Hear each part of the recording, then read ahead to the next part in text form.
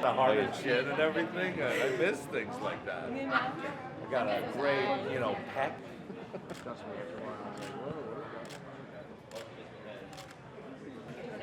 Yeah, let's keep that.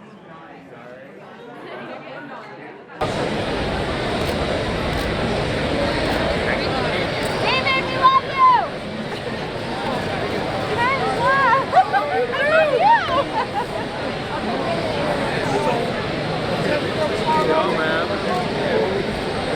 That's awesome.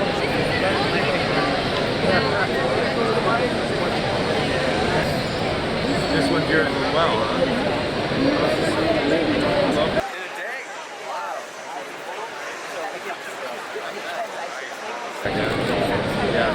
Yeah, I don't have much time. Alright, no problem.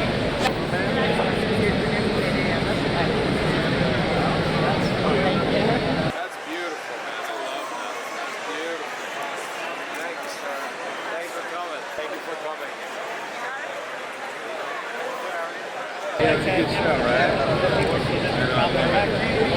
Thanks for coming, man.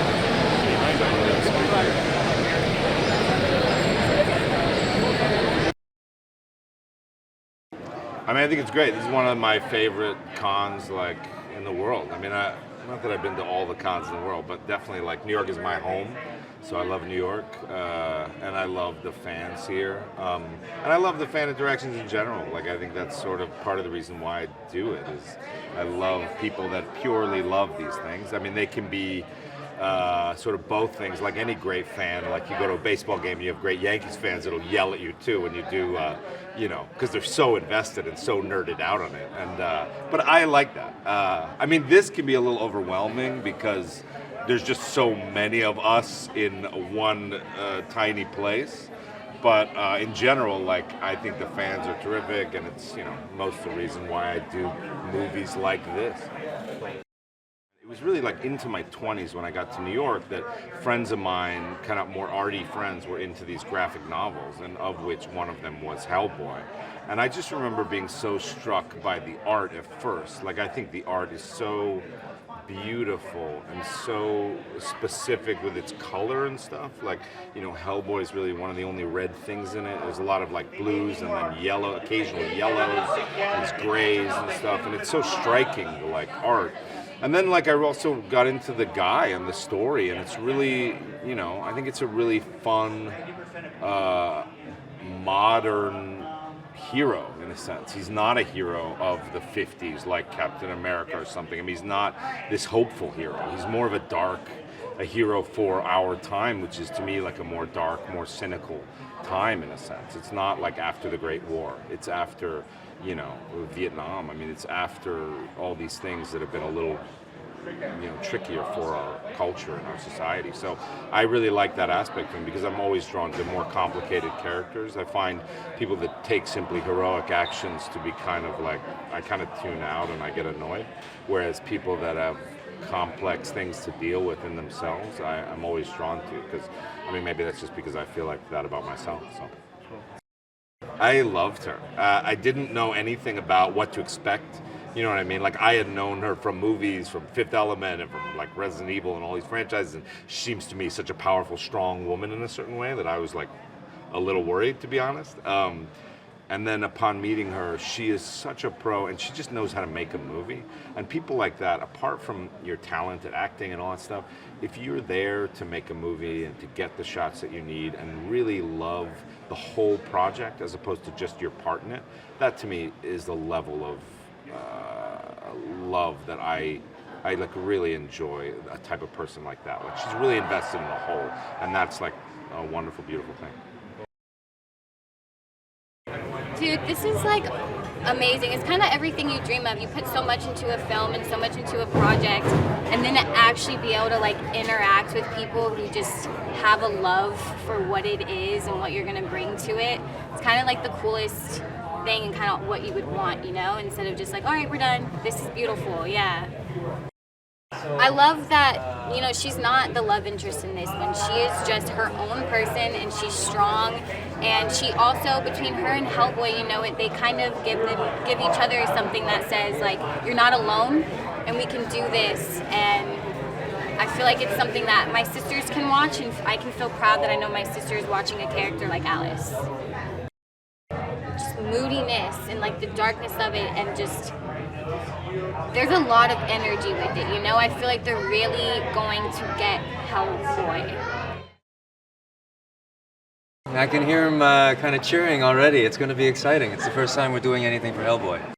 I love the fact that he's an Asian American man on screen in a comic book setting. It's one of the first times, and it was a good group and a lot of fun to play. It's great.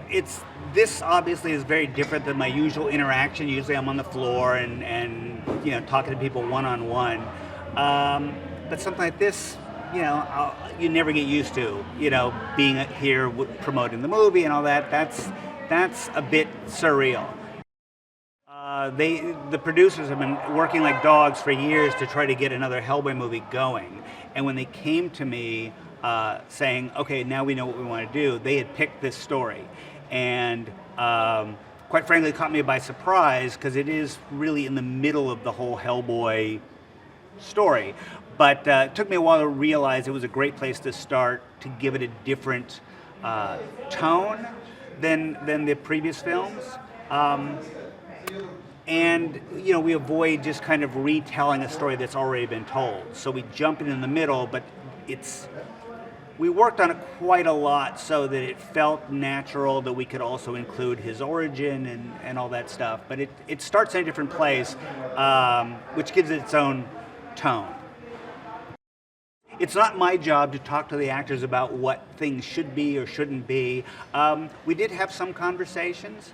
We texted back and forth a lot, but it was like weird things like, you know, what kind of animal were you thinking of when you created Hellboy? Like, I don't know, I never thought about that. So, we ended up talking late one night about the way I grew up and my brothers.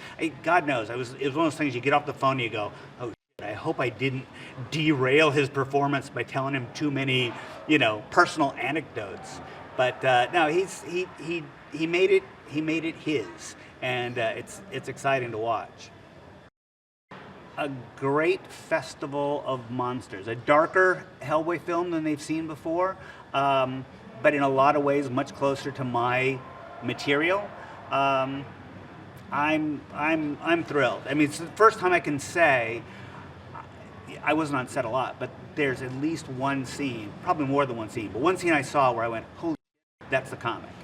And I could never really say that about the other films, nothing against the other films, but there's stuff in this one that walked right out of the comic. So that's pretty exciting to me.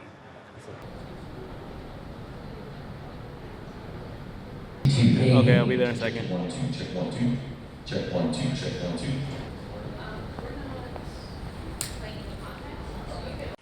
Okay, so keeping with the comic book movie theme, did you know that the train scene in Spider-Man 2 cost more than $150 million to shoot?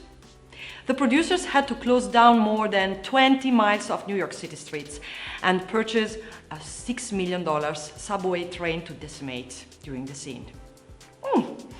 Now, if you haven't already done it, remember to subscribe and click the notification bell to always receive the latest trailers the moment they are online. See you next time. Bye.